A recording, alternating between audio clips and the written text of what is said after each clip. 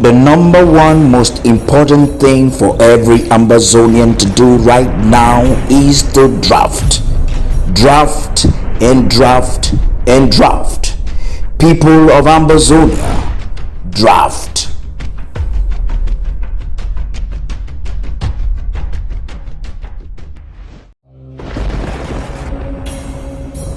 The number one most important thing for every Amazonian to do right now is to draft. Draft and draft and draft.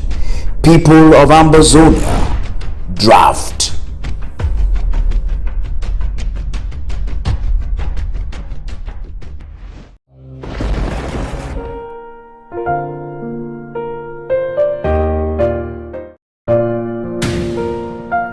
Don't you hate it when that happens to you? When it does, you need this and this and this. When it happens to me, I always know where to go. When you've got professionals on your side, your problems don't stand a chance. What are you waiting for? Contact them today and let them take care of your problems.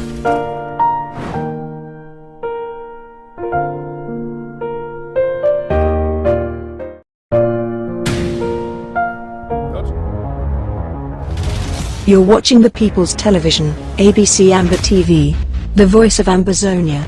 Stay tuned.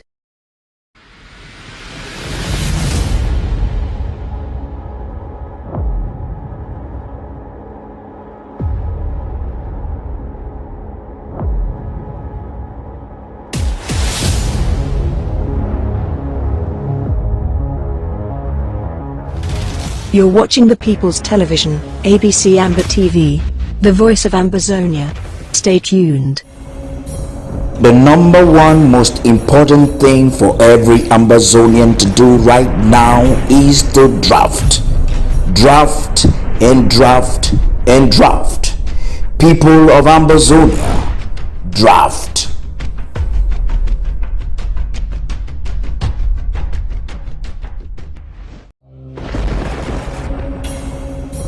The number one most important thing for every Amazonian to do right now is to draft. Draft and draft and draft. People of Amazonia, draft.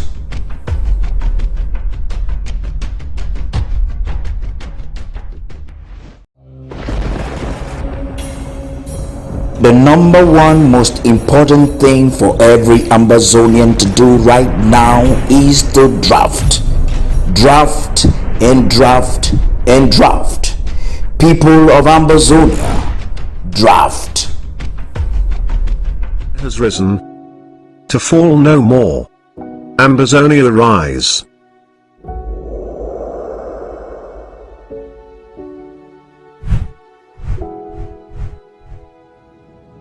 Dear Ambazonians on the home front and diaspora. Dear Amazonia freedom fighters in the home front and in the diaspora. The Ethics Commission of the Federal Republic of Amazonia is coming out to alert you that it is becoming more and more evident that the former British Southern Cameroons, aka Ambazonians, will soon emerge as the newest nation in the world. We are calling on all of us to start preparing to receive Amazonia as parents prepare to receive their firstborn child. Malcolm X said, tomorrow belongs to those who prepare for it today. We are already very educated, talented, and very rich in natural resources. Do all this guarantee a safe and prosperous Amazonia? The answer is an emphatic no. Theodore Roosevelt said, to educate a person in the mind but not in morals is to educate a menace in society. Amazonians, it is time to start planning to restore our cultural and social values that characterize us as a people of good repute. Before our Republic to Cameroon invasion, we were respectful of each other, of the law, and of our culture. We earned our living through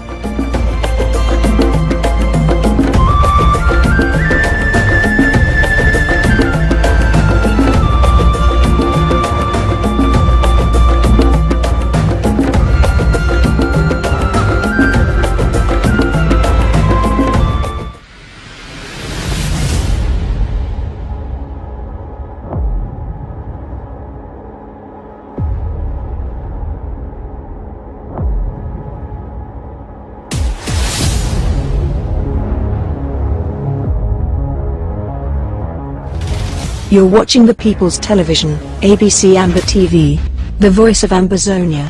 Stay tuned.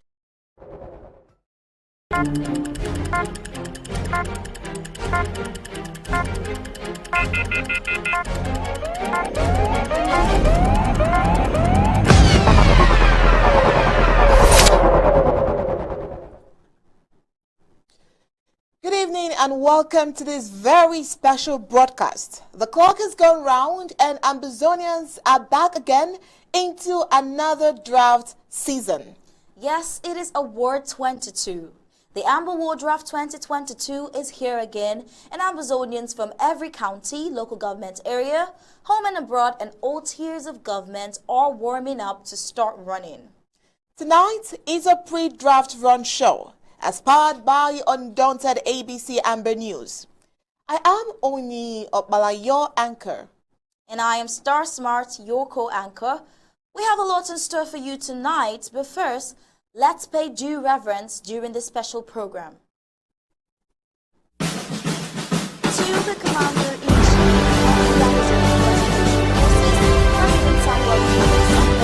of the county and local government area commanders, the field marshal, the major generals, and all the valiant forces.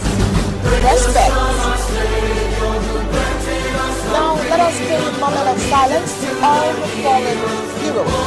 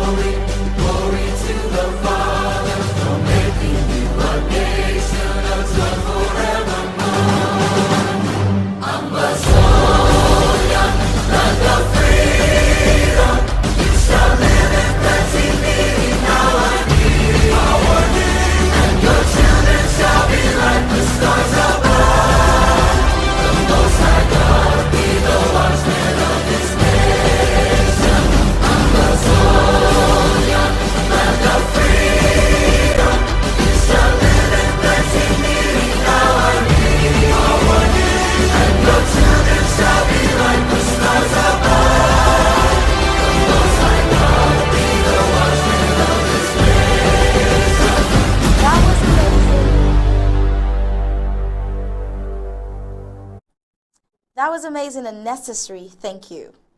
Before we get into the pre-draft run show proper, let's get the recap of Undaunted, ABC Amber News for this week. Welcome once again to the pre-draft run show and Undaunted News recap. This week we started by telling you that La République du Cameroon is in trouble because Russia says conflict in southern Cameroon's Ambazonia will be resolved at the negotiating table. Well, they said diplomacy is a complex zone and is difficult to interpret, especially when friendship is solely based on interest. It requires technocrats and scientific involvement. Only that's a twist in the relationship between Russia and the Cameroons. And we did mention that a recent tweet from the Russian UN mission admits following development in Cameroon and that the conflict in the southern Cameroon's Amazonia didn't arise overnight. It is deeply rooted and a solution can only be found at the negotiating table while respecting human rights and the rule of law. Interestingly, France and the USA did not hide their disagreement of such a move by Cameroon at a time several countries around the world withdrew ties with the Kremlin to impose sanctions. Against all odds, only on the instructions of Cameroon's ailing monarch, Paul Biya, and Russian President Vladimir Putin, Colonial Defense Minister Joseph Betty Asomo, and his Russian counterpart General Sergei Shoigu, appended the documents that define these new military corporations, in which they also agreed to exchange experiences and interaction in peace support operations under the aegis of the United Nations. Star, you're right. I think worthy to note is also that during the UN General Assembly, there was a vote in February calling for the Russian withdrawal from Ukraine. La République de Cameroon was absent, and for the second vote, La République de Cameroon abstained. Now, we remember telling you that these actions by colonial La République de Cameroon made many to believe, and truly too, that as an accomplice, she could not vote against Russia, but would rather support Russia to erase Ukraine, as the colonial La République de Cameroon regime was erasing southern Cameroon's Ambazonia. So many saw this deal and were only expecting Russian troops to invade Ambazonia in favor of the genocidal La République du Cameroon, erase it and leave Ambazonia only as a geographical expression for posterity.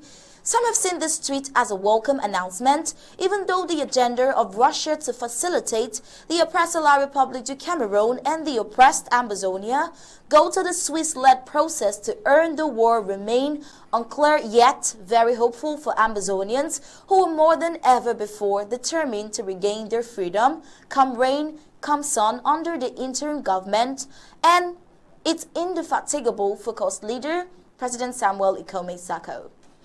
Now we moved into another story. Fru Asa Ngwafer IV is now Fon of Mankon.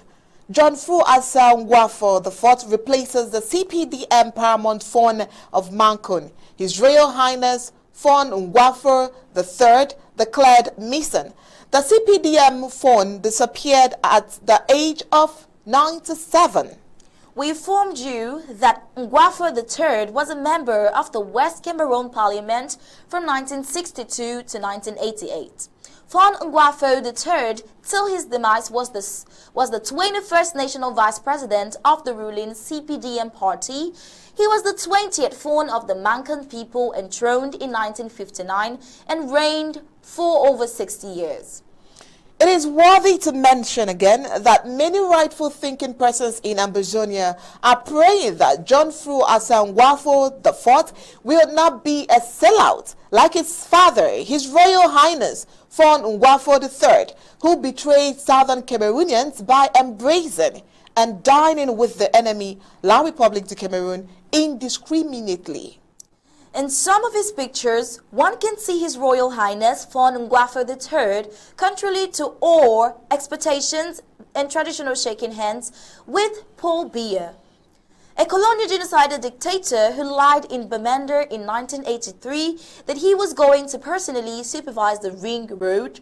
Today, 40 years later, after he had long forgotten about the Ring Road. The issue of the 40 bike riders, according to Makati News. Now, it was reported that the 40 bike riders arrested in Ndop 24 arrived Bamenda prison. Now, this was shocking and heartbreaking as well. Now, let's get the details. Star. We told you on Monday that 24 bike riders out of the 40 intercepted and arrested in Ndop by government forces who were on their way to Oku, Buyi County to bury one of theirs have been remanded at the Bamenda Central Prison. The 24 motor riders who looked fragile at the time of arrival at the prison yard on Tuesday, May 17, 2022 at 7 p.m. were brought by gendarme officers. Some were offered bread by warders who were on duty that night, while others fought for water. Can you imagine, Star? They had been at the military court all day before their remand. Now, our sources had hinted us that the boys had been detained at army camps in Mezam and at other times the Gendarmerie Legion up station before their movement to the military court on Tuesday, May 17th. Though Makati News could not actually get the charges levied against the riders, our sources say the charges are crimes related to the so-called separatist activities, which falls under the anti-terrorism law in the colonial Cameroon Penal Code. In the days ahead, the riders will be presented in front of the magistrates at the military court for cross-examination before being sent to the open court for hearing if actually they are found guilty. Those not found guilty of the charges may be released. Uncertainty loops in the air over the whereabouts of the remaining 16 of the 40 motorbike riders, which the media had reported that they were all arrested in Undaunted, their bags seized, and they were taken to different security posts in Mezam. Now, according to Marketing News, the 40 bike riders reported to have been intercepted and arrested by government forces a few weeks back in Undaunted were occupying a convoy to Oku in Bui to bury one motorbike rider who was shot and killed, then dumped at a stream at Ntasen alongside another unidentified victims. Now, the accusing fingers were on government forces on the killings. Human rights groups had been calling on the colonial authorities of the Midland zones to show proof of the bike riders in their keeping and ensure justice is done. Biden vows to defend Taiwan in apparent U.S. policy shift. This is serious. Only this could just be power-mongering and tussling right there. The question would be, how many battles will the U.S. fight? You know, Star, it is important that we emphasize the need to learn in other parts of the world what is happening, and also in Africa as well. So in this particular report, Star mentioned that the U.S. President Joe Biden has warned that China is flirting with danger over Taiwan and vowed to intervene militarily to protect the island of its attacks. Speaking in Japan, he appeared to contradict long-standing U.S. policy in the region. Although the White House insisted there that there had been no departure, Mr. Biden drew a parallel between Taiwan and Russia's invasion of Ukraine, prompting an angry rebuke from Beijing. Only, we also reported that he is on his first tour of Asia as U.S. President visiting regional allies. Mr. Biden prefaced his remarks saying U.S. policy towards Taiwan has not changed. But his comments in Tokyo are the second time in recent months he has unequivocally stated the U.S. would defend Taiwan if China attacked, in what has been seen as a change in tone. China regards Taiwan as a breakaway province that must be reunified with the mainland. Beijing Foreign Ministry spokesman Wang Wenbin also insisted, and I quote, Taiwan is an inalienable part of China's territory. There is no room for compromise or concession. The Taiwan question and the Ukraine issue are fundamentally different. To compare these two is absurd. We once again urge the U.S. to abide by one China principle. The U.S. has no official diplomatic ties with Taiwan but sells arms to its part of its Taiwan Relations Act, which states that the U.S. must provide the island with the means to defend itself. Now, at the same time, it maintains formal ties with China and also diplomatically acknowledges China's position that there is only one Chinese government. What did Biden say and why does it matter? Mr. Biden was answering questions in Tokyo during a press conference with Japanese Prime Minister Fumio Kishida when the journalists asked them about the defense of Taiwan. The U.S. president began by directly linking the China-Taiwan situation to Russia's invasion of Ukraine. If there was a rapprochement eventually between Ukraine and Russia and sanctions were not sustained, in quote, then what does this signal to China about the cost of attempting to take Taiwan by force, he asked. They are already flirting with danger right now by flying so close and all the maneuvers that they are undertaking, Mr. Biden said, referring to increasing reports of Chinese warplane incursions into Taiwan's self-declared air defense zone. He added that while my expectation is that a Chinese invasion will not happen, it will not be attempted. At the same time, it depended on, in quote, how strong the word makes clear that that kind of action is going to result in long-term disappropriation. He was then asked directly if the US would defend Taiwan military if China invaded, when it has not done so in the invasion of Ukraine. And he responded, yes, that's the commitment we made. Now, the idea that that's Taiwan, can be taken by force is just not appropriate. It will dislocate the entire region and be another action similar to what happened in Ukraine.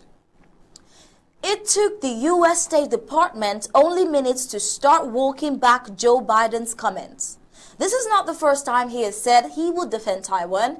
It could be an expression of his deep personal disquiet about the Ukraine invasion and the prospect of something similar happening in Taiwan.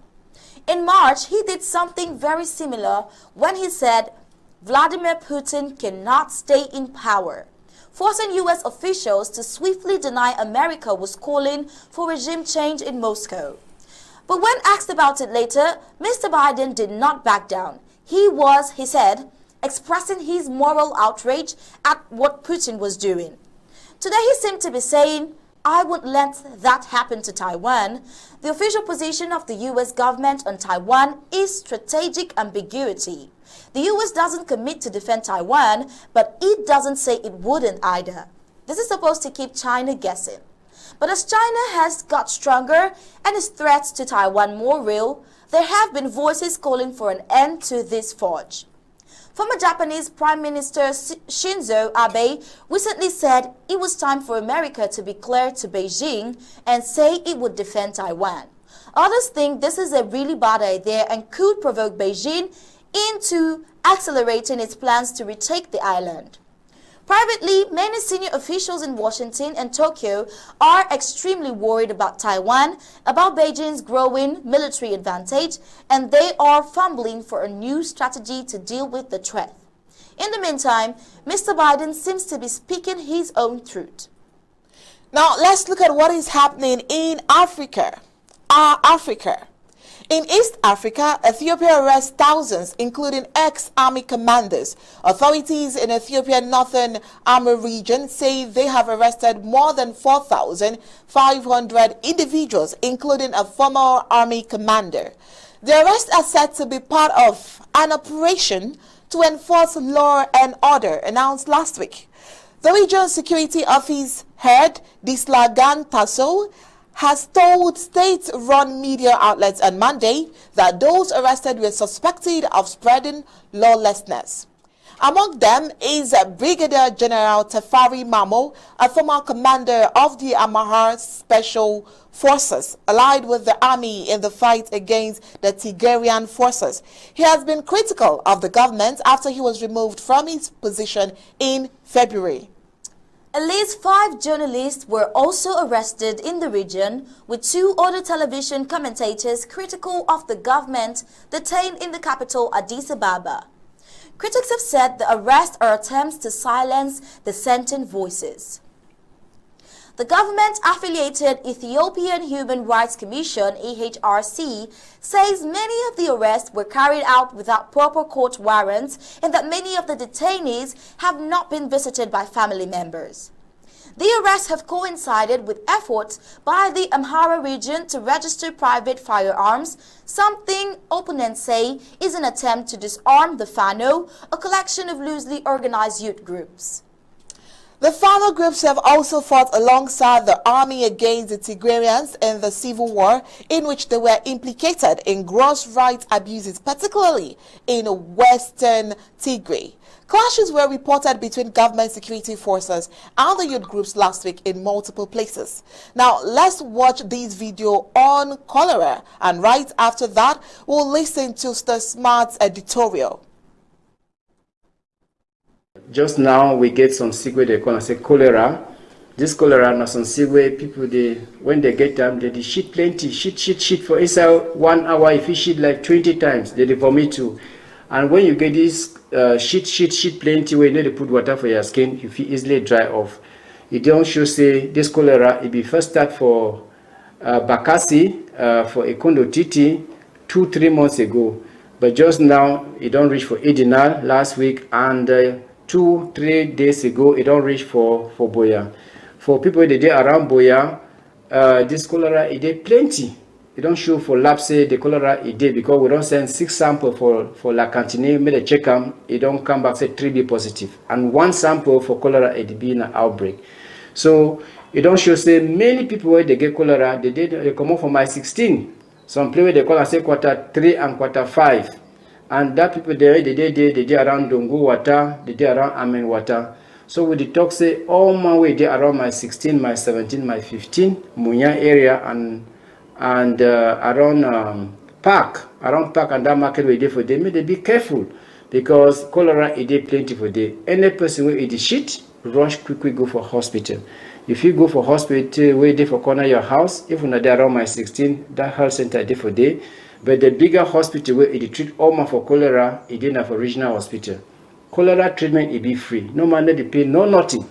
So they go give you chop where you go chop for day. So that means you know come out say you want go find chop, you go really give cholera for other person where you want go buy bread. You know what you want go buy drip, you want go buy canola. All thing for cholera it be free. Government don't provide that it be free. And what they call say any man where he get shit, he rush straight for hospital. In 2 weeks time we'll also get vaccine where it help people where people may they not get cholera. So when that time will reach, people they may they take their vaccine for cholera. That vaccine for cholera, they drop them for mouth. They need to choke them for injection. So me some man no confused saying that vaccine for cholera where they want get for other thing. The vaccine for cholera, they drop them for mouth. After 4 weeks, they drop another one. The other vaccine them, they choke them. So it don't be. In our editorial of today, we'll look into a very critical issue captioned "The Different Ways by which the Enemy Regime may deploy to undermine the Swiss mediation diplomatic process." Apart from outright withdrawal from the diplomatic process, the enemy regime may deploy one or several of the following strategies below to undermine the Swiss mediation. A. Maintain silence or highest discretion about its involvement in the diplomatic process. B. Ensure that reality and change in domestic reality is not linked or traceable to commitments in the diplomatic process. C. Avoid any direct public connections with state agencies and officials. D. Sponsor political figures and elites to ridicule the process, cast doubt, dismiss its relevance, attack its credibility, and/or sabotage the process. E.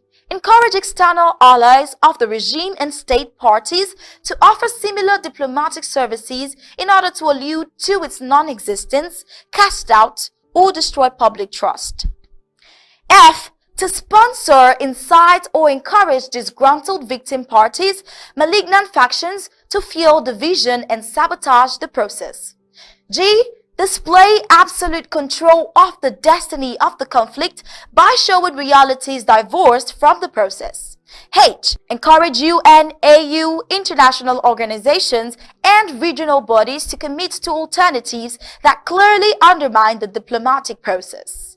I. Continue with the hardline and headline, which are in stark contrast to the political process. J. Use premeditated delays and deliberate non-commitment to circumvent the goodwill of the process. K. To project and invest in domestic alternatives in order to cast a vast shadow on the entire diplomatic process.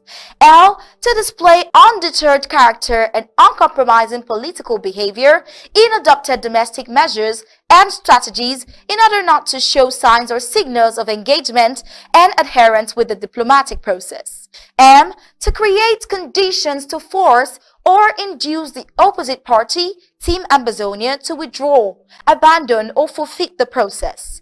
This may include causing internal crisis, leadership claims, infighting, mounting risk barriers, etc. N. Demonstrate in activities, words, actions, and propaganda that the diplomatic process has no impact on the political agenda, cause, and events. We do expect the enemy regime to withdraw from the Swiss mediation somewhere soon in the political process, and their hesitation speaks of two things: the consequences of such an outcome and the pursuit of her political interests within the realm of the controversies above. This editorial is thanks to Don Juan Obi, the Lord of the Realms. We miss you.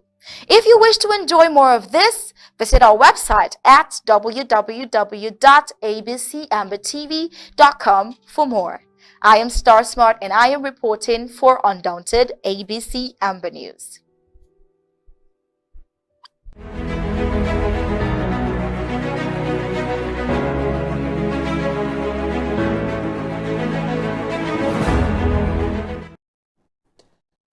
Well, if you're just joining us, you're welcome. Tonight is a pre-draft run show, and we need to pay due reverence again, especially to whom it is due.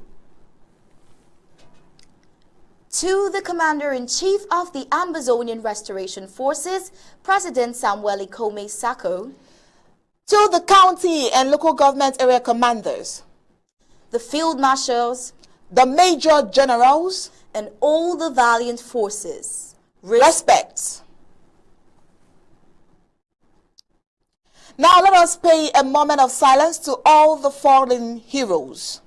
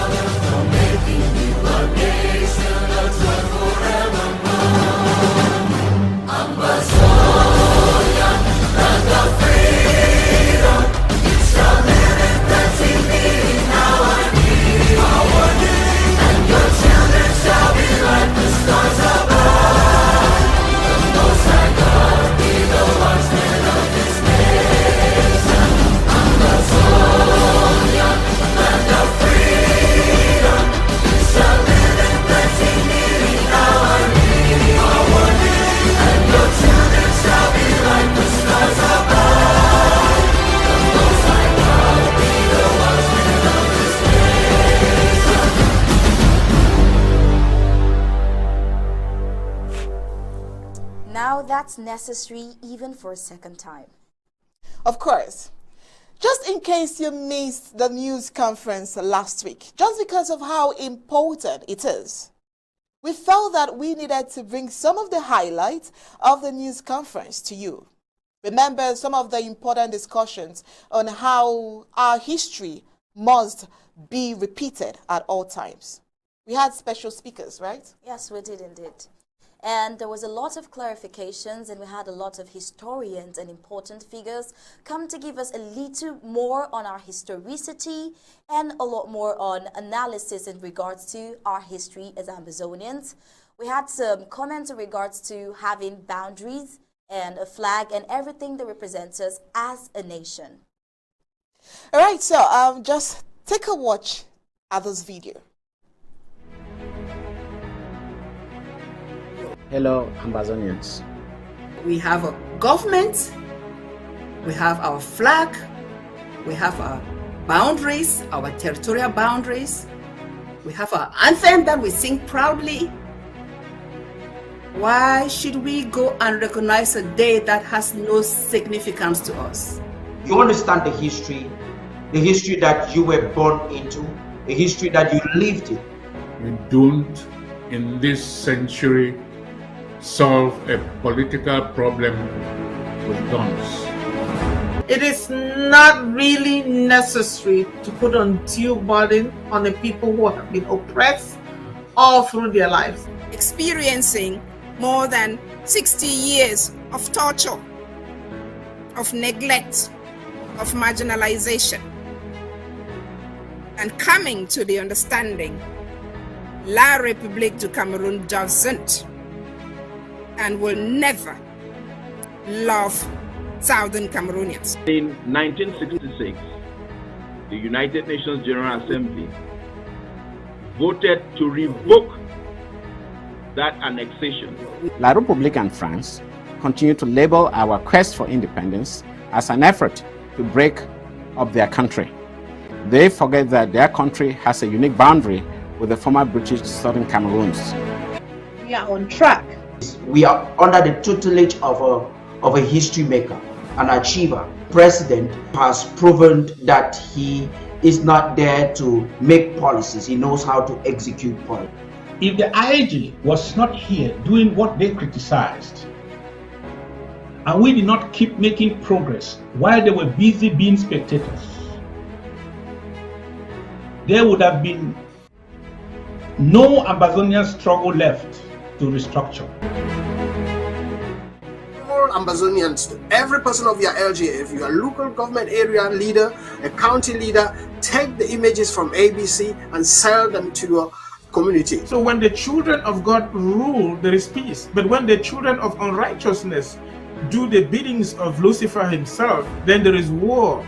The root causes stem from this February 11, 1961. The United Nations organized a plebiscite, giving the self-governing peoples of Southern Cameroons the option to achieve independence. We were granted independence by the United Nations. The process of decolonizing us wasn't completed, and so our sovereignty was stolen. God called Moses, sent Moses to Egypt to deliver the Israelites. There he hardened the heart of Pharaoh until 10 plagues, devastating punishment, went to the Egyptians. Anybody be equal under the law. We have a right to sit at the United Nations. God bless the Federal Republic of Amazonia.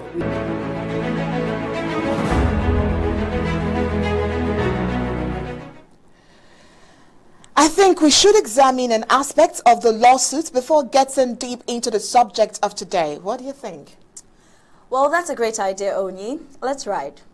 We perused through the social media, and the write-up of activist Nelson Uchida caught our attention. Nelson Uchida, in his obvious style, wrote, and I read, "Followers of coup plotters begin to lament over the incompetence of their president Marianta, the lies of Chris Anu, and the lack of any evidence against President Sako." In an enlarged coup plotter Zoom meeting, May 26, 2022, attended by 59 people, Michael Fusi and co. lamented and condemned Marianta's speech outings, slack, poor, ignorant, empty, etc., and poor knowledge about Amazonian history. That they always have to beg Chris Anu to use his TV. Note that Marianta can orally and chronologically narrate Amazonian history from 1884 till date, not even to write a 3-page document about Amazonia, nor quote UN resolutions. The striking aspect of this write-up continues to read. They lamented why Chris Anu keeps bringing Federalists to his TV, that Chris bringing Weber to them means they must dissolve all what they have done. Ma Franca said she has been talking to Milian and Milton Tanker. Both of them don't want to join Marianta because of Chris Anu. That Babila Tita held a meeting with ADF and regretted why Marianta should be working with Babila, who works with ADF, that kidnaps people. And Comrade UN concluded, they lamented why Chris Anu put things out there without proof. Dr. Epa regretted that Mola Eddie and Nangchop promised to give concrete evidence against Dr. Sako but have failed to do so till today. Initially, coup plotters were over 540 and today they are 59 in number. Note, no one wants to certify any evidence. End of quote. All right, before we continue, we have our panelists today and those who will be sharing their thoughts to us. Of course, Dr. Martin Mugwer and Mr. Tar. All right, so let's get them right about now to and share their thoughts. Good evening. Good evening. Good afternoon, good evening. All right. Good day, Mr. Pa. Hadi. All right. So, thank you. From Uchida and all that he's saying, what do you think? Okay, I think the name is Ochiba. SOS, please go ahead. Maybe you want to comment on that first. The name is Ochiba. Oh, yeah, I mean, I think we have, by the way, good afternoon, good evening, global greetings to all Amazonians. 21 gun salute to all our restoration forces. And thank you for inviting me to this program on a Saturday. Talking about Ochiba, the UN, as we normally call him, I think he's just right on the point regarding the coup plotters. It's very evident that they've run out of ideas. It's very evident that they seem to be stuck at whatever plans they actually have now, because there is nothing that is coming out of their camp. I mean, nothing has ever come out of their camp. But at this time, where they've seen the how do I put it, the boldness of the interim government in what it says and what it does, I think it's becoming increasingly clear to them that they don't have any way moving forward. And what we've actually sort of ignored in this case against Chris Anu and company is actually the consequence of losing this case, the consequence of changing their livelihoods the moment it is registered that this case has been lost. It's a criminal case and it is serious. And for Amazonian, and especially those who support the coup plotters, let me tell you this, how serious this case is.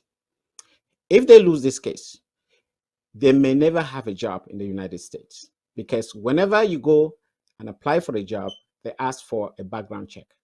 And whenever they do a background check and realize that you have a criminal record, goodbye. That's it for you.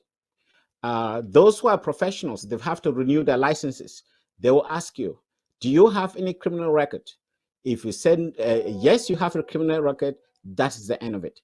So what these people have done, it's dangerous for them and their families. And let them hear today, let them learn from what has just happened.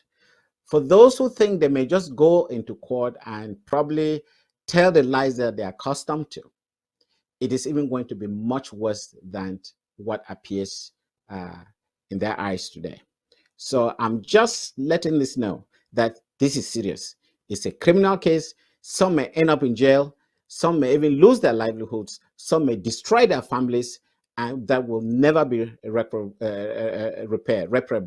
So this is what I would like to tell Ambazonians, and I would like to tell all those who are involved in these charges that they really have to be very careful when going into a court in the United States, because any element of lies will be treated with, I mean, it's not going to be funny, okay? And now that Mr. Anu has gone on air and accepted that they did this act deliberately, I hope he will maintain that when he goes to court and see what will happen to him. Thank you. Over to you, Paddy. Yeah, thank you very much, Dr. Mungwa. I am not actually the one anchoring this program. I think the girls are doing so, but I am grateful for the fact that they have given to us the opportunity to analyze and make a commentary based on the Ochiba's write-up. I've read the write-up and I was so pleased. I would say that Ochiba is always inspiring. I'm just following now on Facebook. Someone is saying that Ochiba nursing, I think Florence Co is saying that Ochiba nursing is a watchdog of our struggle. I cannot agree any less to that assertion. Ochiba nursing is a watchdog to our struggle. And something Dr. Mungwa said, I can only add and agree with a lot that Dr. Mungwa has said. But I would rather say that it is not if the coup plotters lose the case. It is when they lose the case. This case is a win-win for Ambazonia Foundation. Take note, I said Ambazonia Foundation and Ambazonia Broadcasting Corporation.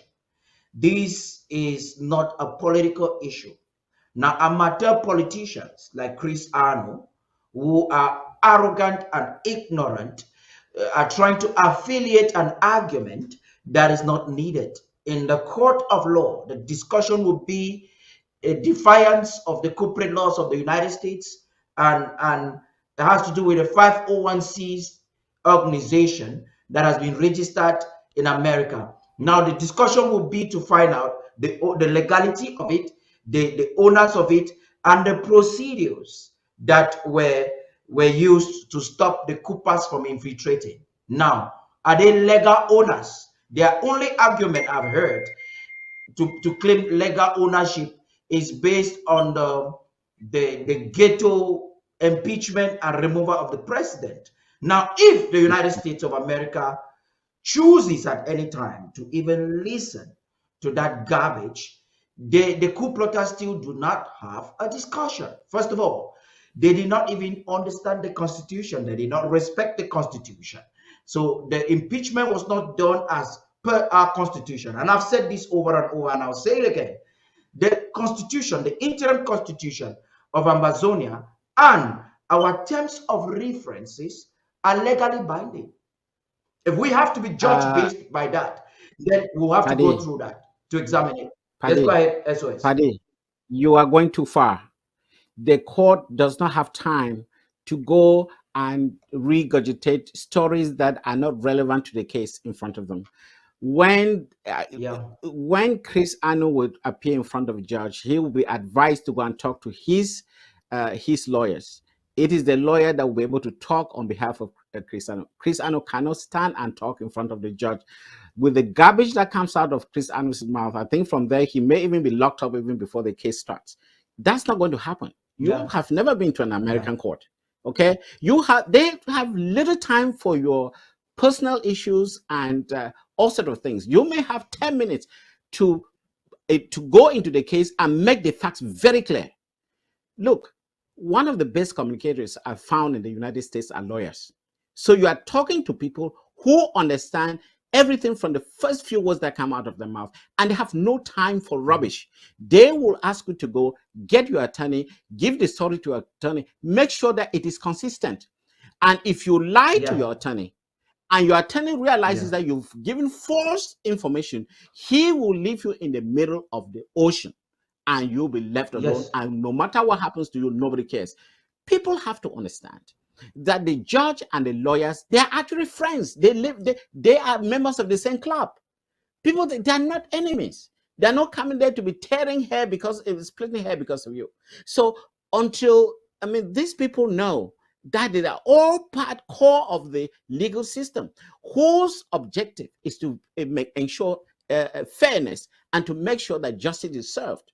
So it is in the best interest of the defendant to give the accurate information, such that even if things are not in his or her favor, they can look for ways to mitigate, to get pardon. So it is not as if you are coming there to create some contention between the lawyer and the judge. If you try that, you'll be in deep trouble.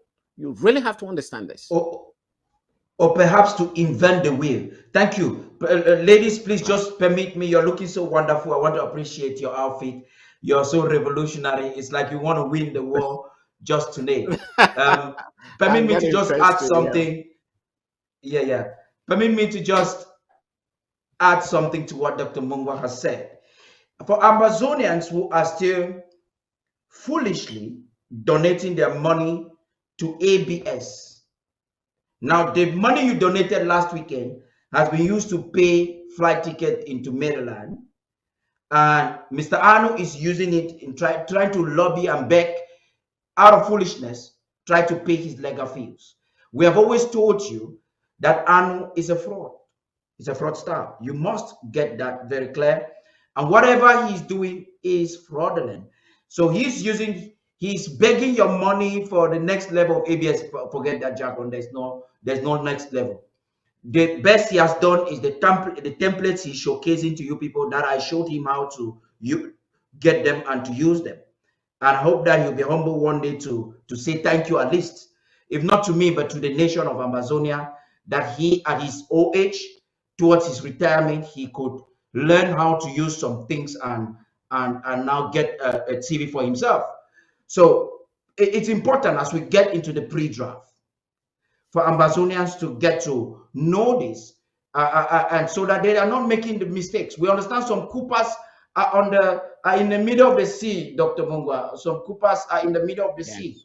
Listen, come back home. We told you before today that these guys are senseless. They have been paid by Cameroon. Some of you, when they were just disgruntled, you didn't know.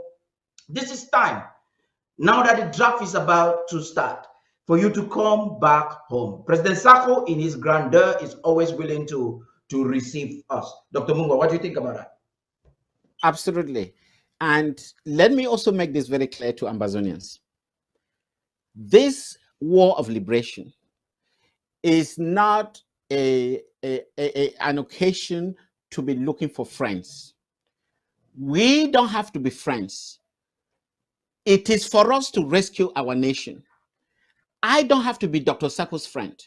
I don't even have to like him. This is not a tribal issue. It doesn't have to be because you are from Fontaine that I have to support you blindly. It's not because you are from Manu that I have to support you blindly. It's not because you are from Ngokitunja that I have to support you blindly. This is about the overall survival of the nation of Amazonia. So when people think that they can only support somebody because they have a tribal connection, because he wants to be his or her friend, or because they have to be either looked upon as probably the most important people in society, you are wrong. You are wrong. I want to make this very clear. I don't have to be Dr. Sako's friend. And I don't have to be from Bakwere to support Dr. Sako. I'm not supporting him because I come from Bakwere. I come from Ngokitunja. I could have well said, no, I have to support Kometa. We share the same county. But I cannot support him because he's not supporting the aspirations of the Amazonian people. And I want people to understand this. I have discovered that some people come to do revolution. They think that whatever they do, they have to put them on a pedestal and praise them and tell them how wonderful they are. Oh, without you, this cannot happen. This is not going to drive the revolution. You have to do it selflessly. This is not a war where you think that people will be looking at you and thinking that you are a semi-god. Yeah. I hope Amazonians understand this. All right. Over to you, ladies. You know, when you made your last statement, it got me thinking. Now, it's not that Amazonians do not want to get to Boya together. No, it's not that Amazonians do not want to get to Boya. But the problem is, I think that they are not understanding that we need to go together. They really want to go. But, you know, the different factions here and there, it's getting very, very difficult. Now, is it possible, is there a strategy that we that have seen the light, we following the interim government, we following the steps of Dr. Samuel Ikomesako, is there a way that we can help them, draw them closer to see the light? You know what they say about becoming one strong team? Because I think that it will help us together. So just with your last statement, I mean, it's not about tribes. It's not about where he or she is coming from. It's about getting to Boya and getting there at the right time. So is there a strategy that you think that we can use as people who are far ahead anyway? I mean, we are way ahead. Is there a strategy that we can use to draw others closer to see the light? Right, right. Like the Amazonian revolution, it all started from divide and rule. These are all remnants of the colonial La Republique mentality, where in order to rule, they always make sure that they split us in different factions. And you've seen it over throughout history. There was a time when they used to call Vikuma. Vikuma means people from Victoria, Kumba, and Manfe. They all bonded together against people from the northern zone. That was something that people used in the past. There are also the factions, or they call it the Santa Mafia, people from Santa area coming together. But when you look back in history, you begin to wonder, what have they ever gained from that? No, they just played into the logic of La Republique. So they use them against each other, and we've been like, we've been on a crab race. You know what I mean by a crab race? All jumping around, climbing, and never going anywhere. And the people have to understand this. So part of what we have to do is to identify the root cause and to understand that what they may be thinking about now may not be relevant to our struggle, and also to educate them. They really have to educate them, because some of them actually behave like kindergarten kids who want to be given candy or given a little present. Oh, you've done so well. Oh, wonderful. Without you, the world will not spin anymore. That's how you see some of these, adults, the way they behave. They take a position and you ask them, why do you take that position? You realize that it's all emotional. Oh, I don't like Dr. Sako. Oh, and you ask him, why don't you like him? And some reasons it's just because he comes from a different part of the country than where this person who's complaining comes from, which is, put it on the table. It's very silly, but that's been the source of racism, the source of tribalism all over the world. So this is a human character. So we cannot deny that, but we have to make Ambazonians understand that at this point, what is far more important than anything else is our collective fight towards Boya. That is what is important. And if you can, for the moment, forget about your identity, where you come from, and understand that a free Ambazonian will be beneficial to everybody, maybe these people can start to rethink why they are doing what they're doing. Because most of the time, when you look at them, when you listen to what they say, there is no basis. And now take the case of Chris Ano. Some people were actually following Chris Ano because of his rhetoric. They had a lot of faith in him. But now, when you look at all the litany of lies that has come out of Chris Ano's mouth. Oh, May 20th now has been shifted to May 19th. That was a lie. Oh, Dr.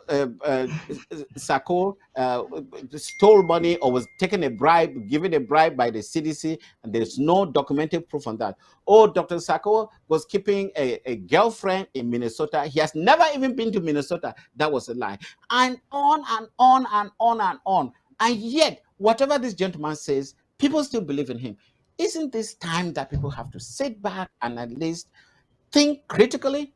If somebody has been vomiting lies all the time, what value does it have? What value can you put on anything that he says? Like the audio that he sent out a couple of days ago, which is just a bunch of garbage. I really felt sorry for him. What sort of mental process he has to go out and really incriminate himself and really say, yes, I did all this. Not even talking to an attorney first. He doesn't know what is going to happen to him with that sort of audio. And that's what we're trying to say here. Okay, ladies, you can move ahead, please. No. Yeah, ladies, sure, go ahead. I'm Go sure ahead. Esther has some Okay. questions for you, Dr. Mungwa. Right.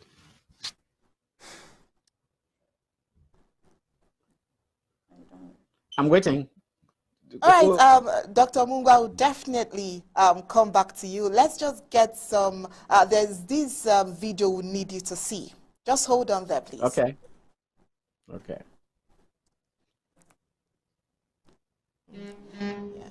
Dear Southern Cameroonians, Ambazonians, if the rest of the world thinks that we will vanish quietly into the night, throw down our resolve, and cower the indecent and grotesque atrocities now unfolding in our land and homes and streets and communities, I will hasten to remind them that we Ambazonians are descendants of the stock of hard-toiling men and women. In years not so long ago, toiled and bled to cultivate 395,000 squares of miles of industrial plantations of the CDC that stand as a monument to their endurance till this day. We are the children of the nameless many. On those backs so many, for so long, have continued to reap where they did not sow. We will resist till the last one of us the intrusion and aggression of French Cameroon on our land and our people. The citizens of this new republic are prepared to tell the world openly, categorically, unapologetically, here and now, that if they have chosen to turn their gaze to our plight, to be unmoved by our suffering, to remain deaf to our loud calls for succor, if they are unshaken to our protestations and desperate appeals for their intervention in this historic injustice, then we, left to carve our way into history, have decided we must fight. We will no longer dwell at the nexus of nullification and the historic injustice it engendered in our land. We will fight for justice, because fighting for justice is to fight for right. We will fight to secure the safe and unconditional release of our leaders, because there too, justice is on our side. We will fight their illegal abduction from Abuja, Buhari's breach of injunctions on his own country and international law.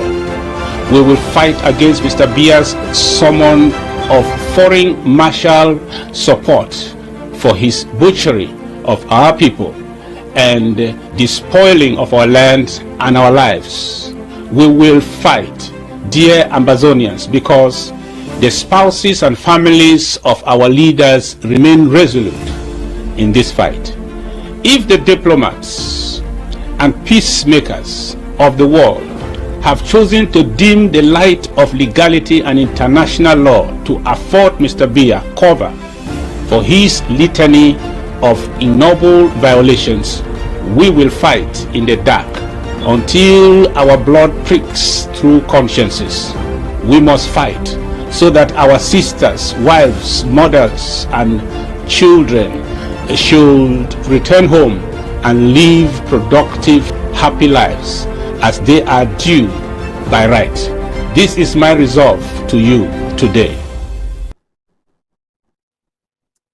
Thank you so much, Dr. Mungwa, for those analyses. There was nothing really to ask because it was pretty much analyzed to its bit.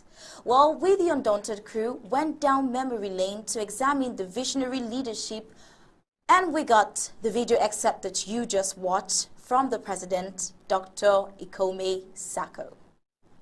Dr. Mungwa and Paddy would like to probably give some more analysis in regards to that video.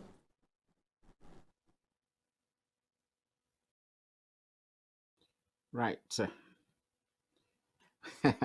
I think one thing I would like to say about this video, and thank you so much. I think this video is at least 3-4 years old, and there's one common thread that you can see in that video about Dr. Sako is consistency. That word, whatever he said then, is just as fresh as if he said it yesterday or he is saying it now. That is what you have to learn about Dr. Sako. And I can tell you that is one of the observations that I made a year or so after that that speech that brought me into the revolution, because I saw him as a man of consistency, as a man of truth, as a man you can rely on. And I think everybody here and anybody listening anywhere in the world who has been listening to Dr. Sako over the years will agree with me that what he said, what you've just shown, is no different from what he probably said yesterday. He's a man of consistency. And that's the sort of person we would like to head this revolution till we reach Boya. And for those who feel that somehow there is a different person who can strategize, who can lead this revolution to Boya other than President Sako, I think that person has to be re-examined and find out exactly where is that pitch coming from. Over to you, Patty. All right, Mr. Tai, you would want to say something as well?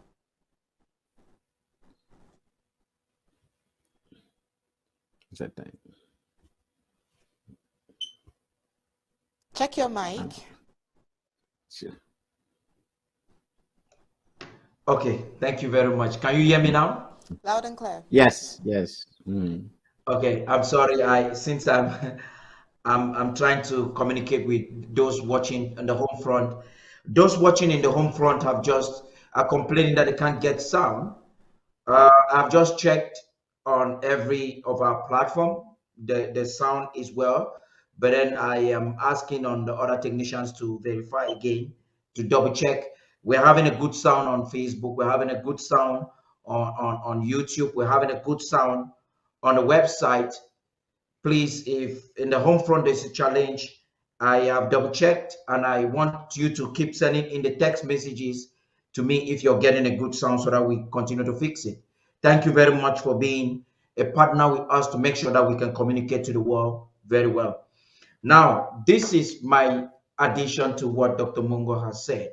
If you listen to that excerpt of Dr. Sako's maiden address to the nation of Ambazonia, that was his first address to the nation of Ambazonia when he was just sworn in as president, at the time acting president. That's just about a month or two after our leaders were kidnapped from Lagos, Nigeria. You would feel the energy. About more than 10 times, the president says we will fight, and he gave reasons why we have to fight. No leader prior to that time in the quest for freedom for Ambazonia had ever communicated with such energy. I happen to be doing a study, a master's in international relations, and my focus is on the history of the Cameroons, what is happening. If you realize, I say this not as a propaganda, but as a matter of fact, you can go and do your research for yourself. There is no leader from 1961 until now that I speak to you that has restored dignity to the nation of Amazonia like Dr. Sako. When he gave this address on this day, it was like another speech. But he went ahead, as you will follow up with this. He went ahead and followed up with it. He said, we will fight. He said, the time is now for us to fight. We've seen our mothers being slain. We've seen our people dying. We will fight. And prior to this time, you had a few others. In 1994, Fongoji Dinka suggested self-defense as a way out. He told people, and he told Saudi Cameroonians at the time, that listen, you must get into self-defense because the French Republic of Cameroon is cruel. They will not listen to dialogue. He was talking to the Fonchas and the others. Whatever you're doing now is a waste of time. We must speak up. And by 2016, we had the Akwangas, the Choayabas came in. For 30 years, they had nothing to show for. They studied everything about every struggle, about Sudan, but did not study the situation of Amazonia, and therefore they did not have a solution for Amazonia. They had words. When Dr. Sako came into the picture, self-defense became a reality. And if you want to doubt what I'm saying, today is your answer. I don't think there is much for me to add. Self-defense was not just a Facebook jamboree. It became a manifestation. Okay, SOS, perhaps you want to add something, please. Yes, the transition from trying to use diplomacy only means to get our independence to self-defense was made very clear by Dr. Sako. Many people, in fact, when he took over the helm of the interim government and working with people who had been in the previous administration, he came to realize that those of the previous administration never believed in self-defense. In fact, when he brought it up to them, he was told that if he dared go into self-defense, he would end up in jail in the United States. That's what he was told. Yeah. With his quick wit, if I can put it that way, Dr. Common Dr. Sense. Sacco turned back and asked him, where in your constitution does it show that people who commit to self-defense are breaking the law in America? And that was the end of the case. There is nothing. In fact, the American system actually believes in self-defense. And that's why you have the National Guards. And that's why you have the law that, is it the Second Amendment, that everybody has the right to bear arms. The fundamental reason is for self-defense. Yeah. I took Sacco a couple of months to read the entire United States Constitution to find out whether there was any criminality in going into self-defense. And when he found out that we were not against the law, he went and declared self-defense as the ultimate way for us to get out of this situation. And look at where we are. So he made an informed decision. Yes, it was informed decision. So he did it with confidence when he announced it in his cabinet that we were going to go by self-defense henceforth. He knew what he was doing. And 1 or 2 years later, we had the lava storm.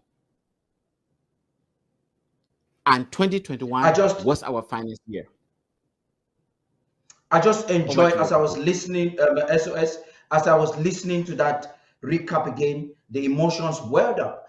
That particular speech was made when I was in Yaoundé. At the time, I just knew the president as Dr. Common Sense. His ideas were different.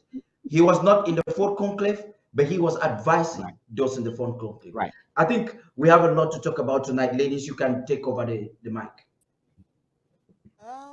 Yes, absolutely a lot. So there is another video that would definitely inspire you both to say some more. So let's see the second video. Now is the era of self-defense. From effective personal self-defense to legitimate Ambazonia community protection programs. To stop the wanton destruction of lives and our property in Ambazonia. We are therefore going to work to accredit and embrace all self-defense and security groups that will endorse our IG rules of engagement. I will be reaching out to all in the days ahead. I hereby wish to extend an olive branch to all movements and our able activists in this struggle to bring in their best contributions on my table, and let's serve our great country now together more than ever before. I will be giving all Ambazonians a direct hotline to send in their suggestions. We need to fund the struggle now.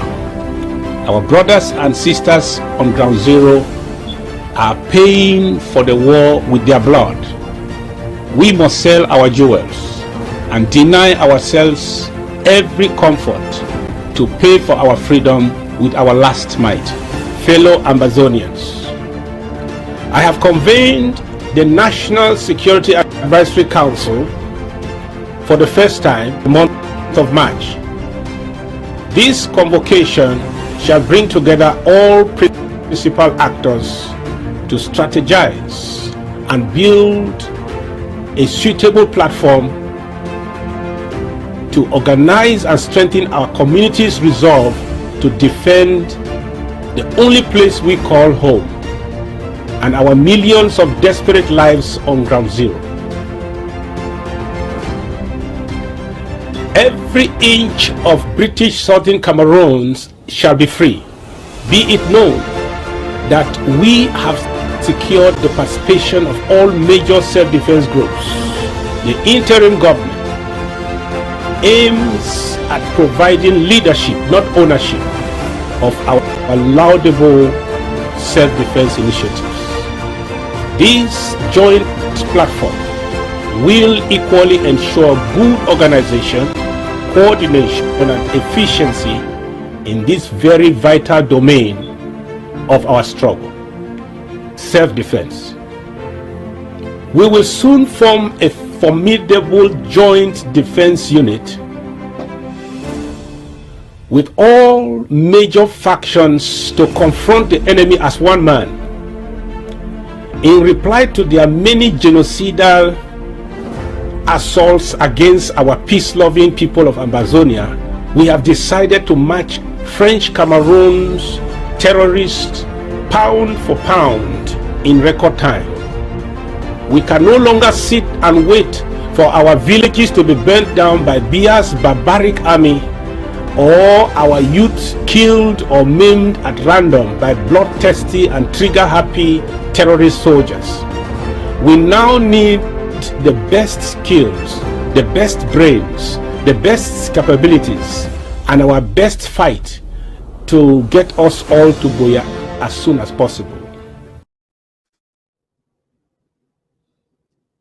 All right, Dr. Mungwar, here we go again. Let's hear your thoughts on that, please. Now you can see Dr.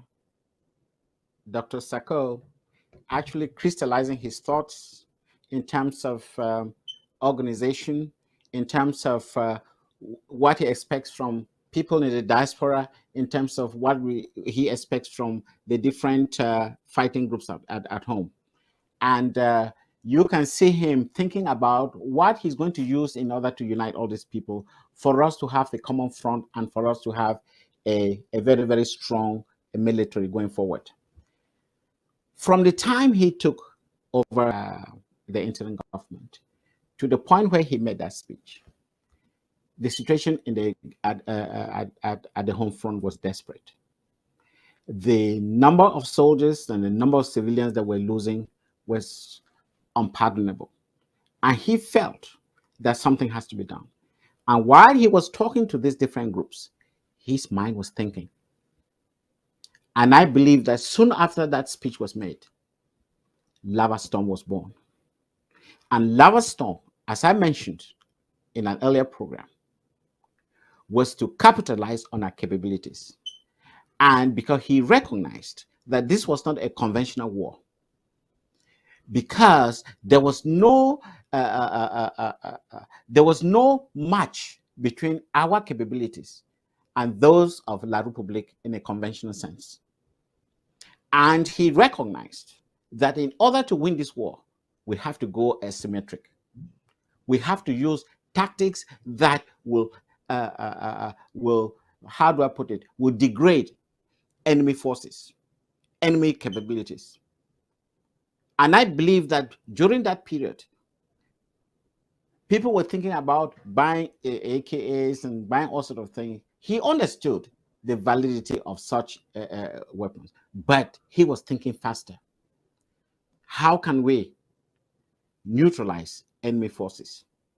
And all that was taking place while he was making that speech, thinking ahead. And that's what you have to understand with leaders or strategic thinkers.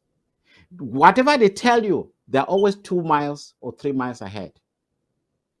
You have to set your principles in such a way that everything works in the direction that will not stop the momentum, but make sure that it increases over time.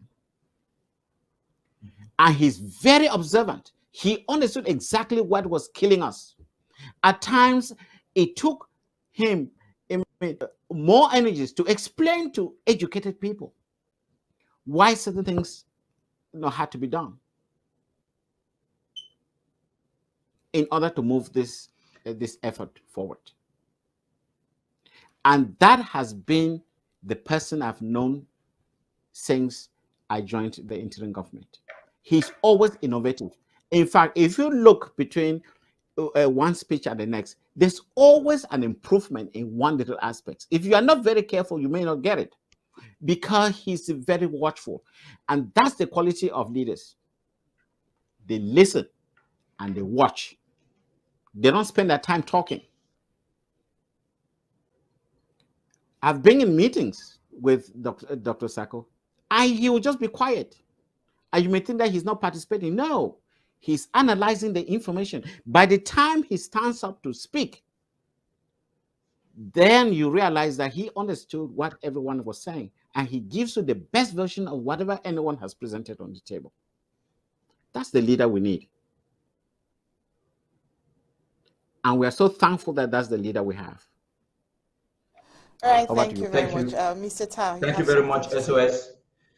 Yes, thank you very much, SOS. I just got feedback from Homefront, and the people watching on the Homefront are saying that they're having a very clear signal. Thank you very much. If you are not getting signal, check your set or maybe check your antenna. But we're going to work with a satellite company to improve your reception at the Homefront. I just received some messages from the Homefront that it is okay. And these are credible people watching from the Homefront. Thank you very much.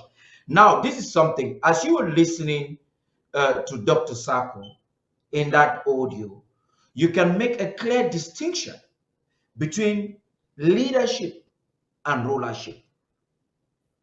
Prior to the time Dr. Sako took over office, a lot of Amazonians, including myself, I admired the courage of the Akwangas. I would tell you, Akwanga actually suffered in the hands of French Cameroon. Their excitement of Cho Ayaba and this whole idea that Amazonia could be free, I was excited. But this is where these individuals, in my opinion, fell short. Their ability to create a framework that can work, an inclusive framework that does not breathe warlord in Amazonia. And that was the clear difference. Now, you heard Dr. Sako there, like Dr. Mungo has already said, presenting a framework of bringing together the great minds. He said, this is a time for us to bring together our great fighters, our great ideas, so that as one man, we're going to fight the enemy. The question is, did he do it? Yes, he did it. Now, to take you down memory lane, he started a few weeks after that. He created the ASC. The ASC invited everybody, including ADF, SOCADEF. Everybody was invited to be a part. Dr. Sako told them, listen to me. Hey, guys, I know how to make the money. You guys are claiming that you know how to mobilize for us to fight. Your contractors, okay, good. I'm going to provide the money. We're going to work on a team. This is the engagement. Let's go on and let's beat Cameroon. And, you know, the Bible says something I want to use to explain what happened. The Bible says darkness and light cannot move together. The reason why all of these groups perhaps couldn't work together is not because the idea was wrong. It's not because Dr. Sako had a problem. It's because some dark elements could not move in a light movement. And why do I call this a light movement? It has been consistent. They defied the rules of engagement of ASC and destroyed it. During my trip to Boya, Dr. Sako did not relent. And we've moved on and on. And today we have the Amazonian Restoration Forces. That is the biggest army, self-defense army Amazonia has ever had from 1961. We had a mobile wing police. We've never had any defense force like the Amazonian Restoration Forces. And it is very instrumental for me to say this, because this is history. I say this is a time when we are leading history with a history maker. It's been Lava Storm 1, 2, Lava Storm 3. Amazonia's integrity has been restored like never before. And now we are moving into Award 22. That's phase 3 of the Amber War draft. It's important that Amazonians watching home and abroad, stakeholders, understand who is the man behind this vision. If 2021 registered for us the best year, and the strategist is telling us in many meetings, he's telling us, listen, what you saw before was just a preamble. Watch out for the days ahead. Why wouldn't you give for Award 22? Thank you, ladies. The mic is yours. Right. Star, I think we have another video, right? Sure. All right, so here is another video that you get interested in. Fellow Amazonians, dear countrymen, Despite the hike in targeted summary execution of our innocent people by Paul Biya's killer squads, I still believe we are now at the twilight of our political daybreak, emptying the combined worth and wealth of a lifetime fortune into the country of our collective dream. At last, my people, the wind of total liberation is sweeping through Amazonia, our priceless inheritance. Let's get it straight. The freedom of Amazonia will not depend on the free will of our enemies. Let us unite in battle so we may remain united in victory. The defiance of the Amazonian spirit knows no political bullies or war threats than the beliefs and truths about our identity. While we reiterate our willingness, readiness, and preparedness to a political mediation and negotiation in the existing international framework under the auspices of the Swiss-led diplomatic initiative, our resolve to statehood is well established in the will and choice of weapons of our people. We have been patient enough on our resolve for dialogue, but not even this piece of virtue in our identity should be taken for granted. The Amazonian will is disposed to all weapons of political adaptation and survival, from the shores of Bimbia and the heights of Mount Fako, through the valleys of Lebialem to the grass fields and the highlands of the north. We rise together, stand together, and walk together. Patriotic salute to all our heroes who have gone before us.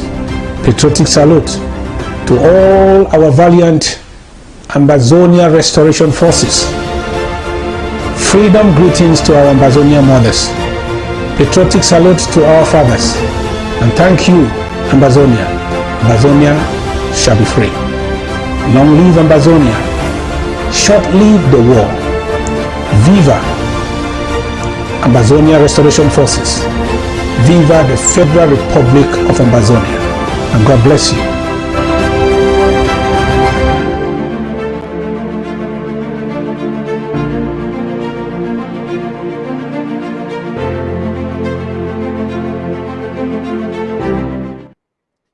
All right, Dr. Munger, what do you think? Now you can see that from all the efforts that he made from when we took over the helm of the interim government to a point where he announced the Swiss-led process.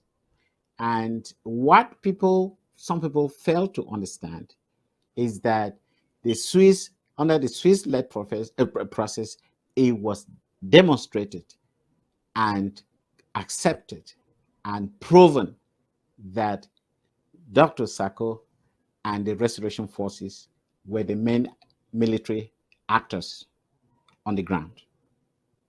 And that's why the Swiss-led process on the side of Amazonia was Dr. Sako. It wasn't the co-plotters. It wasn't Cho Ayaba. It wasn't the, Dr. Akwanga. It wasn't Bo Hubbard. It was Dr. Sako and still is Dr. Sako because they know that he maintains more than 90% of the military action on the ground. And you can see a direct relationship between his declaration when he took over the helm of the interim government, the actions that he put into place, the recognition that it is only through self-defense, not the force of argument of force. He knew that all that was slogans that were only tied to diplomacy. He had to do something physical. He had to go on the ground and make sure that he funded self-defense. And here we are today with all the achievements that he's been able to show the Amazonian people and the international community that we are in charge. And you can see that in the speech that he made, at least the last speech that you just showed snippets of on television. So you can see that progress. Who else has done that in this struggle? Nobody, as I know. And remember that between the previous speech and the last one, we had the audit. And what was the outcome of the audit? To build strong institutions, to build responsible institutions, to improve on these institutions as we go along and discover defects in those institutions. And that's what we're doing today. And I think one of the reasons why we're here today is to make sure that for the next award, we have the financial institutions on the right footing to make sure that things that happened a couple of months ago should not happen again. And that's the cry of the Ambazonians. And it's part of building strong institutions, what we call continuous improvement. And I hope Ambazonians see this and understand that things don't just fall from the sky. Even America, that's more than 200 years old, they're still in the process of continuous improvement. Whether it is technology, continuous improvement. I mean, we see cars every day. I don't think the cars that we see on the roads today in America are the same cars that were on the road 5 years ago. They've improved on them. Even take your cell phones. 10 years ago, the cell phones that we used then, if you show some people today, they won't even recognize it, let alone the analog telephones that we had. Is the process of continuous improvement. So Dr. Sacco understands world events, understands how civilizations improve. He understood all that, and he had to make sure that all these ideas were now made part of the interim government, so that we do not run away from the mistakes we make. We don't run away from the mistakes we make, because we're humans. They said to err is human, but we have to make changes. And that's what he's been doing. And we see it every single day. Over to you, Paddy. Yeah, thank you very much, Dr. Mungwa, for that analogy. I think nobody would have been able to say it even better than the way you have said it. You just listen to the president. The speech he made there is 3 years, I would say about 3 years into office, and then you could hear the energy he's speaking. At this time, he was not talking about forming the army. Like Dr. Mungwa said earlier on, you can see consistency, not consistency in lies, not consistently in fraud, but consistency in winning for Ambazonia and winning bigly. At the time he was making that statement, that was before I think 2020. This speech, the last speech we just watched, the international community was already pressurizing Cameroon to come to the Swiss, to come in for Swiss-led negotiations. You heard the president talking again with a lot of audacity, and that audacity is coming from a spirit of a winner, somebody who understands. He sees 10 years ahead of what some will see. When he was telling the interim government in 2017, getting into 2018 as an advisor, he was advising them that, listen, whatever you're doing, the protestations globally has its place, but it will have nothing to do with the Franco-Bulu mafia. He told them, he explained and dissected. He is someone who understood the spirituality, the criminal aspect, and the spiritual involvement of criminal elements that want to steal Ambazonia's independence. And he has fought the battle in different dimensions, in all the different dimensions. Self-defense, as we speak right now. I want to give another fact before I conclude this discussion. Only 3 months after Dr. Sacco took office, it was registered in the international community. I have reports from those who are not Amazonians. They reported in articles around the world that volunteers of self-defense sprung up from a few numbers, about 10 to 100 of people in different towns, sprung up to 30,000 young men and women in the nation of the former British Southern Cameroon's Ambazonia, willingly picking up knives at the time when he made his maiden address and into the second address. Within 3 months, they picked up knives, cutlasses, then guns. And we have seen those primitive tools being transformed into heavy weaponry to confront the Franco-Cameroon hegemony. And the president told us that, listen, you saw popcorns, you saw in Gokitunja cars being popped up on the air in different parts of the nation. He says, if you are thinking that was great, what we have right now is much better.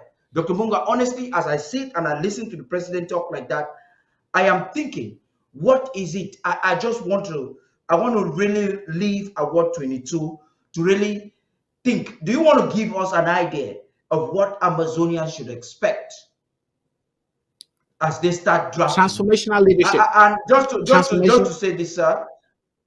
Yes, Yeah. just to say this. The drafting has already started. LGAs and counties are already mobilizing. Departments of government are mobilizing themselves. And by the time we're here next Saturday, or by the time we're coming for the town hall with the president on Thursday, be rest assured that we will be surpassing what was done last year. So I was saying that, Dr. Mungwa, can you try to create our expectation, looking back to happen and the promises that the president has made? What should be the expectation of Amazonians come Award 22 as they start drafting? We saw what happened in Goketuja and other parts of Amazonia last year. And Cameroon is jittering, knowing that their army cannot confront us. They want to use amateur coup plotters like Anne. So what should Amazonians be expecting as they get involved with Award 22? First of all, let me summarize who Dr. Sako is. Transformational leadership has been the hallmark of Dr. Sako since the beginning of this war. The objectives that have been laid down by Dr. Sako for the future. He has created partnership with every Amazonian for them to understand exactly what the future holds. It is not the transactional leadership that we've seen with the Biya regime, where it's all about, I give you this favor and you give me this favor, where every service is on the market for sale. Transformational leadership is what Amazonians have to understand as far as Dr. Sako is concerned. And you have seen exactly what he's been able to achieve in the past couple of years in terms of the innovations that he has brought to bear in the liberation struggle or liberation movement. And one of the things that you also have to understand is that the innovation in the delivery of our strategic military objectives is something that it will come at times as a surprise, because not only does he innovate in terms of ideas, he also innovates in terms of technology. I want you to understand this. You'll be surprised how much technology that Dr. Sako understands. And is someone who's a very avid reader. And when he finds up new things, he contacts our strategists, our engineers, our scientists to make sure that he understands what is going to happen. There are innovations along the line which are inbuilt in Lavasum 3. And if you've been in any of his meetings, he has made it very clear that Lava 3 will not be akin to any lava that we've seen before, which means that there's been some innovation, some improvement. And I want to stop there because I don't want to let the cat out of the bag. I want to stop there. That is what Dr. Sako has in restore for us. And trust me, he will deliver because he has always delivered. So what I'm here to say is that we Ambazonians, there is an opportunity, having demonstrated to the world and to the coup plotters that no matter what they negotiate with La Republique, may slow us, but will never put us out of action. Never put us out of action. Because at no moment do we ever feel that the target of Boya is not going to be achieved. I just want them to understand this. We are going to Boya, come rain or shine. And the other good news is, with what the coup plotters have done in the past, has actually helped the interim government to cleanse itself. We are the team of incorruptibles. You cannot corrupt us. I just want La Republique to understand this. All those you think you can corrupt, you've already taken them away. And it's good for us.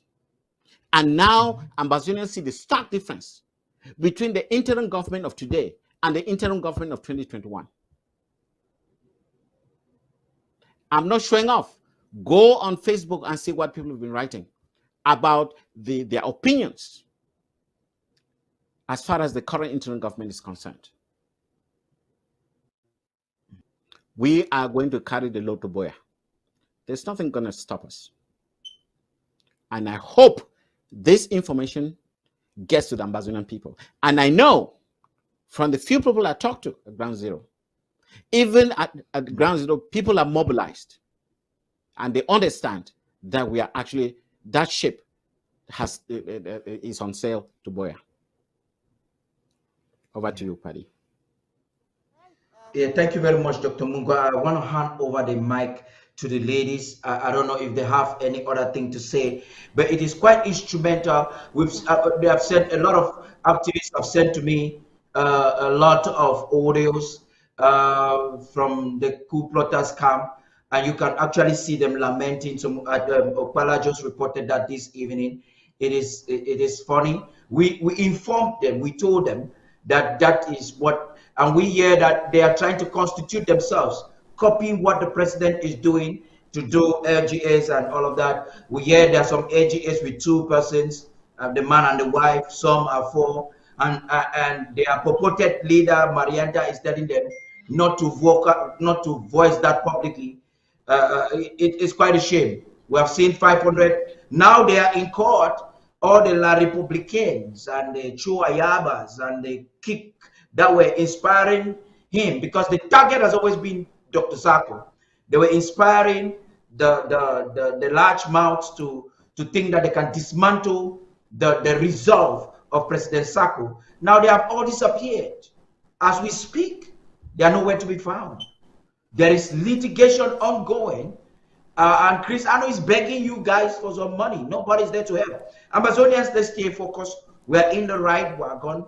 We have the right captain, and he knows what to do. Award 22 is here. It's for all of our participation, and I look forward to participating this year like never before. You can see we are ready to move. It's a government that is constant.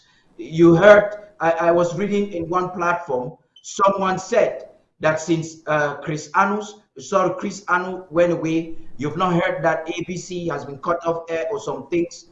You know, we have similar challenges, but with good leadership. You have Dr. Mungwaye as Secretary of State for Communication and our able Director of ABC Amba TV, Madam Emma Endele.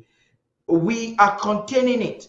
We have amazing board members and club members, and they are willing to make sure that this platform will not be cut off air. There is we enjoy real administration, not a one-man show, not an anchor-man show, not a writing of monologue. That was all that was of a communications department. What a shame. Today we have structures that are working. Early on today, Dr. Munga called me with one of our intelligence officers. We're deliberating on issues, not about TV, on how to get struggle moving. As I speak to you, before joining this broadcast, there was a board meeting to review situations and to get things moving. It is an Ambazonia. I told you the other day that the president has helped to inspire us to create structures that do not exist anywhere in the Cameroons. It doesn't exist. And that is what we call leadership, not rulership of the guys in Norway and what the man in Texas is attempting to do, or what Kondegi was trying to do. Thank you very much, ladies. The floor is yours. All right, and of course, we have officially come to the end of Undaunted News Recap tonight. But I'm sure that after listening to Dr. Martin Mungwa and, of course, Mr. Tapa the King, you wouldn't want to miss any edition of Undaunted News Briefing next week, because our major focus will be on Award 22. So I'm sure that you wouldn't want to miss any part of our news briefings next week. Now, if you're just joining us, well, sincerest apologies, you've missed out on a lot. But you know, we need to pay reverence to whom it is due.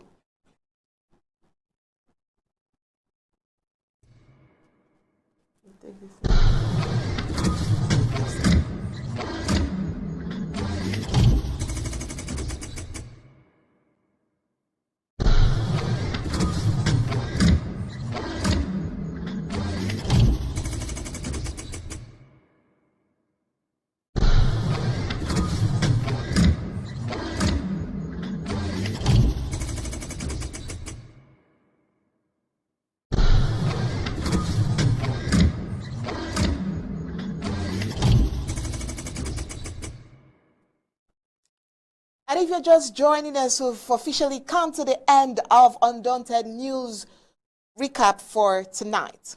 But before we go, we have to pay reverence to whom it is due. To the Commander-in-Chief of the Ambazonian Restoration Forces, President Samuel Ikome Sako. To the county and local government area commanders, the field marshals, the major generals, all the valiant warriors. Respect. I am Oni Okbala. And I am Star Smart. See you on Monday. And have a blessed night.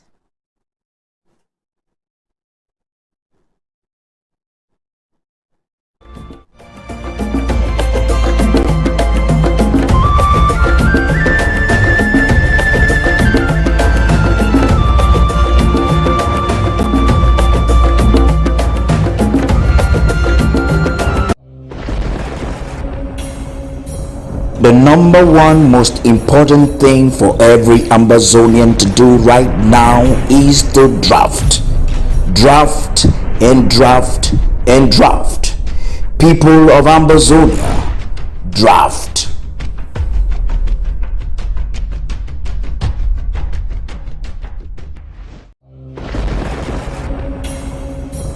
The number one most important thing for every Ambazonian to do right now is to draft. Draft and draft and draft. People of Ambazonia, draft.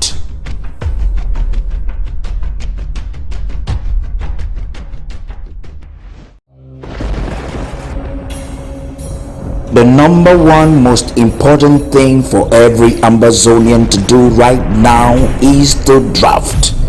Draft and draft and draft. People of Ambazonia, draft.